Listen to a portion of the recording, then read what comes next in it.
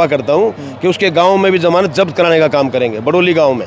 और राई हलके से कम भी 50,000 वोटों की अपार जीत से सतपाल ब्रह्मचारी जी जीत के जाएंगे। भारतीय जनता पार्टी में कफन में कील ठोकने का काम ये इतनी ये भीड़ इसकी करेगी। देख रहे हरियाणा स्पेस, मैं हूं अनिल खत्री। सोनीपत से कांग्रेस उम्मीदवार सतपाल ब्रह्मचारी लगातार अपना चुनाव प्रचार प्रसार जोरों से चला रहे हैं और हमारे साथ कांग्रेस के सीनियर नेता सुरेंद्र छिकारा मौजूद है। सर, जिस तरह से हजारों की भीड़ कार्यक्रम में उमड़ रही है, क्या देख रहे हैं? देखिए, आज यहाँ राई हल्के का दौरा है पंडित सतपाल ब्रह्मचारी जी का, और ये पहला दौरा है राई हल्के का। आज 31 गाँव के प्रोग्राम हैं और इसमें आप देख रहे हैं चौथा या 5वां प्रोग्राम है।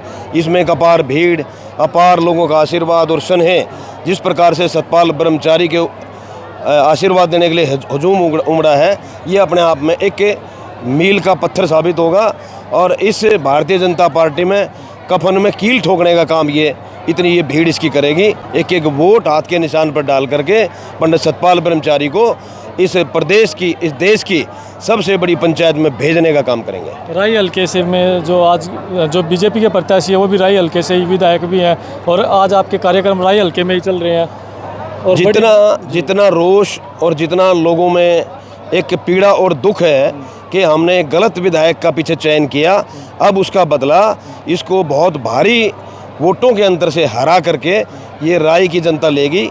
क्योंकि पिछले 5 साल के अंदर एक भी कोई कार्य, विकास कार्य इन्होंने राई हल्के में नहीं कराया, और एक बार भी कभी विधानसभा में इस राई हल्के की आवाज़ बन के कोई एक भी सवाल, एक बार भी क्वेश्चन, मैं आपके हरियाणा स्पेस के माध्यम से ये कहना चाहूँगा कि पिछला रिकॉर्ड इनका निकलवा लें कि राई हल्के का एक भी मुद्दा, एक भी कोई समस्या कोई विधानसभा में कभी उठाई हो तो मैं आपके मंच के माध्यम से पंडित मोहनलाल बड़ौली जी को ये चैलेंज करता हूं कि वो खुले मंच पे आएँ और डिबेट करें। तो उनका तो ये हल्का है, उनका घर भी है, उनका गांव भी है, तो यहाँ से सतपाल ब्रह्मचारी को जिताना आपके लिए बड़ी चुनौती नहीं होगा? यहाँ से नहीं, मैं तो ये आपके चैनल के माध्यम से दावा करता हूँ कि उसके गाँव में भी जमानत जब्त कराने का काम करेंगे, बड़ौली गाँव में। और राई हल्के से कम भी 50,000 वोटों की अपार जीत से सतपाल ब्रह्मचारी जी जीत के जाएंगे।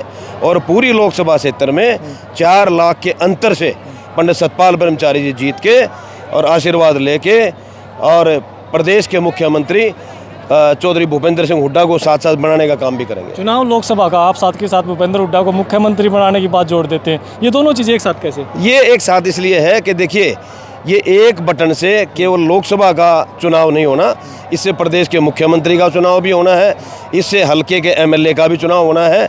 हल्के के एमएलए का ये सेमीफाइनल है।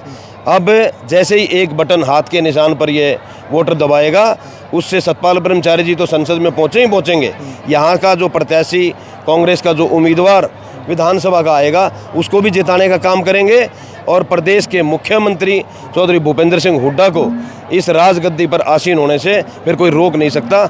ये एक तीर से 3 निशाने यहाँ की जनता इस बार करके दिखाएगी। लेकिन खट्टर साहब तो कह रहे हैं कि भूपेंद्र हुड्डा खुद नहीं चाहते कि कांग्रेस सीट जीते, वो तो सिर्फ दीपेंद्र हुड्डा को जिताना चाहते हैं। देखिए, उनका तो जिस हिसाब से वो किस प्रकार से उनकी मुखालफत वहाँ हो रही है, कैमला गांव में आपने देखा होगा, राजपूत समाज जिस हिसाब से उनके पीछे लगा, उसको कैसे गाड़ियों का काफिला खेतों से भाग भूग के वहाँ से निकलना पड़ा।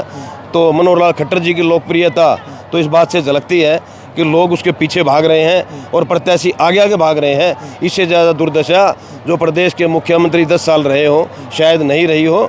और चौधरी भूपेंद्र सिंह हुड्डा जब 10 साल इस प्रदेश के मुख्यमंत्री रहे तो हरियाणा नंबर 1 था, किसान खुशहाल था, व्यापारी मालो माल था।